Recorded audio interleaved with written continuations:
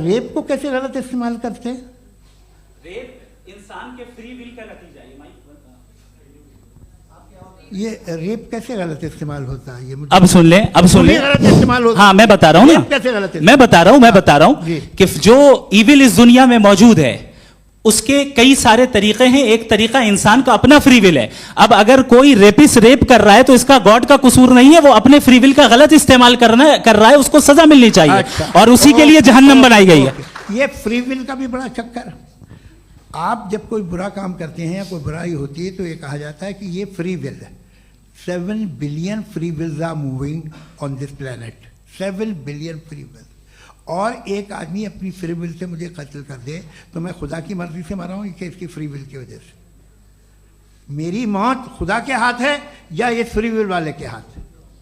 खुदा ने free will का निजाम बनाया है और उस निजाम का गलत इस्तेमाल करके कोई आपको मार रहा है, इस्तेमाल करके मेरा कत्ल कर देता है। अब मेरी मौत का जिम्मेदार कौन है? वो इंसान जिम्मेदार है। वो इंसान जी। तो ये कहना कि और उसको सजा मिलेगी। तो अब आप आगे चलिए कि ये तय करना कि अल्लाह ही या खुदा, अल्लाह ने, खुदा ही जिंदगी देता है, खुदा ही मौत देता है, ये गलत है। बिल्कुल गलत नहीं है। हाँ, नहीं, निजाम उसी ने बनाया फ्री विल का। निजाम मौत और हयात का उसी ने बनाया। You are contradicting yourself. अभी आपने कहा कि एक आदमी ने फ्री विल से आपको मार दिया, इसमें उसे फ्री विल दी गई थी, उसने गलत इस्तेमाल किया। 7 billion free wills are moving on this planet और आप चाह रहे हैं कि मैं सिर्फ खुदा का ध्यान करूं। ये 7 बिलियन फ्री विल्स को मुझे लुक आफ्टर करना पड़ेगा कि नहीं? ये तो तबाहियां कर रही हैं और तबाहियां ज़्यादा हो रही हैं। बिल्कुल। तो अगर आप बताएं अगर खुदा नहीं है फॉर एग्जाम्पल, तो आप इविल को कैसे डिसाइड करेंगे? यानी how can you define evil objectively without God? देखिए, दुनिया में 2 तरह के जानवर हैं।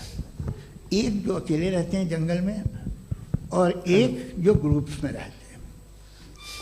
ग्रुप में जो भी रहेगा, चाहे वो आपका फाउंडेशन हो, चाहे कोई क्लब हो, चाहे कोई पॉलिटिकल पार्टी हो, चाहे कोई यूनिट हो, उसमें आपको इंटरैक्ट करने के रूल बनाने पड़ेंगे। यानी लोग तय करेंगे।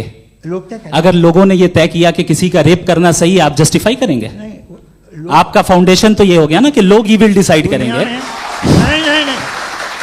अरे दुनिया में ऐसे ग्रुप्स हैं जो रेप को जायज़ मानते हैं सर्टेन हालात में। मैं डिटेल में नहीं जानूंगा, आप भी जानते हैं।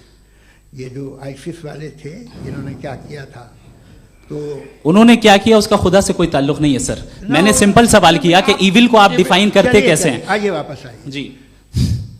आप साथ में तभी रह सकते हैं जब कुछ आप ऐसे उसूल डेवलप करें जिसमें हर एक का बेसिक तहफ़्फ़ुज़, हर एक का बेसिक राइट हो और हर एक को कोई आराम मिले।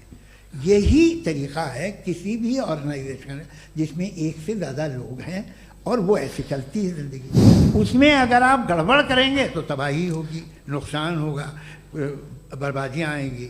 और अगर उसमें आप घर ले लीजिए ना, एक हस्बैंड है, एक वाइफ है, बच्चे हैं, वालदा भी हैं, 2 बहनें भी हैं, एक भाई भी है। अब इसमें कोई निज़ाम आपको चाहिए साथ में रहने का और एक दूसरे पे भरोसा रहे, एक दूसरे के बहीख्वाह हों, एक दूसरे की मदद करें, ऐसी जिंदगी। सर आपकी बात आ गई। आप ये कह रहे हैं कि लोग डिसाइड करेंगे क्या सही है क्या गलत है, यही है? मेजॉरिटी डिसाइड करेगी क्या सही है क्या गलत है? अरे भाई बिल्कुल। मेजॉरिटी अगर ये कहे कि नाजी जर्मनी के साथ जिस तरह मेजॉरिटी थी कि जेनोसाइड करना सही है, आप जस्टिफाई करेंगे? उस वक्त आपका ये सवाल सिर्फ उसके बाद क्लोजिंग। हाँ, उस वक्त प्लेनेट पे जो लोग थे, उनमें कितने लोग हिटलर को सही समझते? अच्छा, प्लेनेट की मेजॉरिटी तय करेगी सोसाइटी की नहीं। प्लेनेट की मेजॉरिटी गॉड के एग्जिस्टेंस को सही मानती है, आप क्यों नहीं मानते? ये हेलो ये क्रॉस क्वेश्चन का राउंड यहाँ पर समाप्त होता है। और ये बड़ा अच्छा है कि इस तरह से फ्रेगमेंट कर दिया गया है ताकि जो मरकरी ऊपर जा रहा है नीचे जवाब दे दूं जी।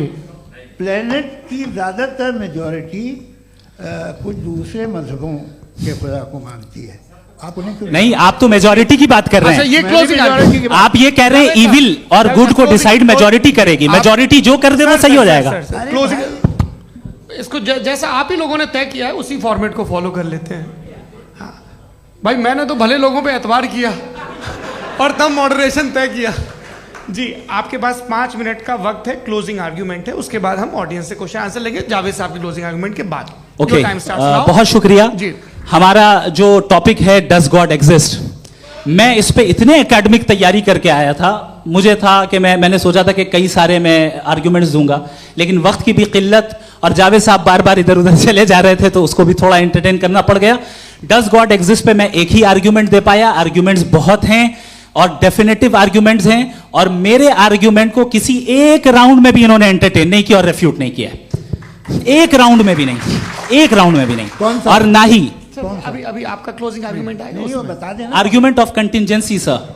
अरे मैं आपसे कई बार कह चुका हूं कंटीजेंसी का मतलब अब मैं कैसे समझाऊं आपको, आपस में हाँ आप और कितने आसानी से समझाऊं मैं, मुझे तो नहीं समझ में आ रहा है। आप अपनी आर्ग्यूमेंट ऑफ कंटीजेंसी उर्दू में बोल सकते हैं।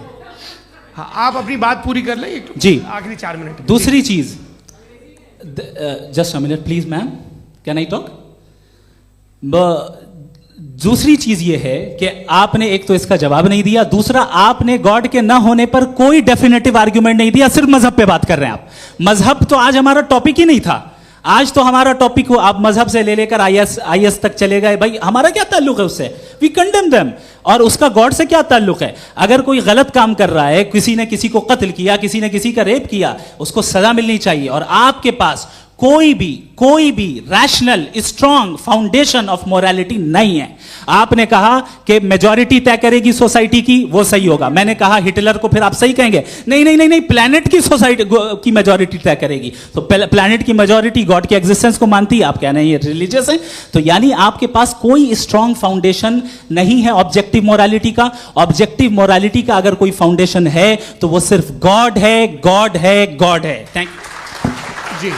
ये मुफ्ती शमाइल नदवी साहब का क्लोजिंग आर्ग्यूमेंट था। अब हमारे पास जी जी ये बड़ा अच्छा है कि दोनों लोगों को मॉडरेटर से शिकायत भी और बोल रहे भाई हमारी शाबाशी भी तो करते चलो।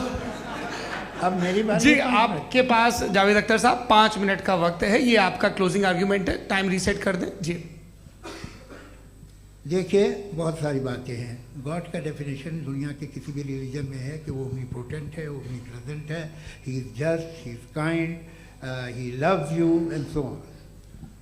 मैं जब दुनिया देखता हूँ तो मुझे कोई ऐसा सुप्रीम पावर यहाँ दिखाई नहीं देती है जो इंसान की बहबूदी के लिए कुछ कर रही हो, कमज़ोर को बचा रही हो, मदद कर रही हो, जालिम को पीछे हटा रही हो। मैं नहीं देखा, तारीख़ में नहीं। एक तो अगर है और ये देख रहा है तमाशा तो उसका होना न होना बराबर है। दोयम ये कि ये जो है जब आप ये कहते हैं कि कायनात जिसकी कंटीजेंसी है, मैं देखिए वो लफ्ज़ इस्तेमाल किया मैं, तो ये कैसे हो सकती है भाई, और फौरन आप सरेंडर कर देते हैं कि जाहिर है कि इसका बनाने वाला तो इससे 10,000 गुना ज़्यादा कॉम्प्लिकेटेड होगा, उस पर आपके होने पे कोई इतराज़ नहीं है। उसे वो टाइमलेस है, वो पहले से था, टाइम तो बहुत बाद में आया, ये सब आप मानने को तैयार है जिसका आपके पास कोई सबूत नहीं, आपके पास कोई रीज़न नहीं है।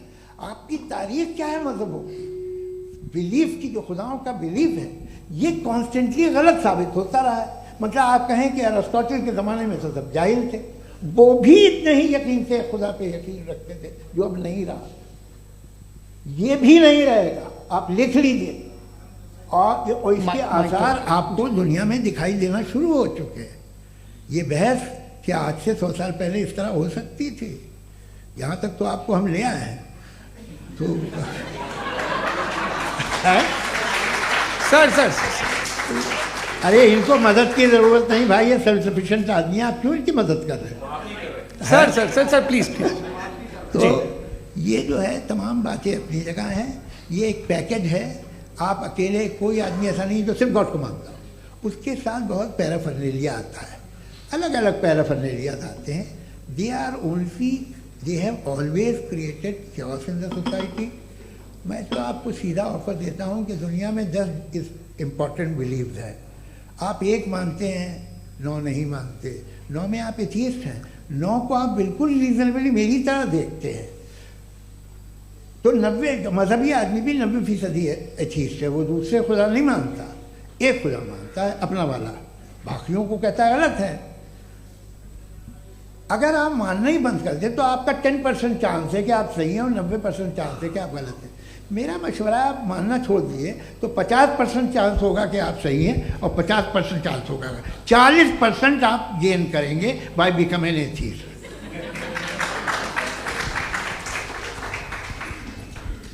ये एक फरसूदा ख्याल है, ये ख़त्म हो रहा है। हो सकता है मेरी ज़िंदगी में ना हो, लेकिन ये हो जाएगा। जो बातें ये इनको आप मेटाफिज़िकल ये वो ऐसे रिस्पेक्टेबल टर्म दे दिए, ये तो उन लोग के हैं जिन्हें ना फिज़िक्स मालूम थी ना मेटा मालूम था, ये उन्होंने आपको दिए हैं।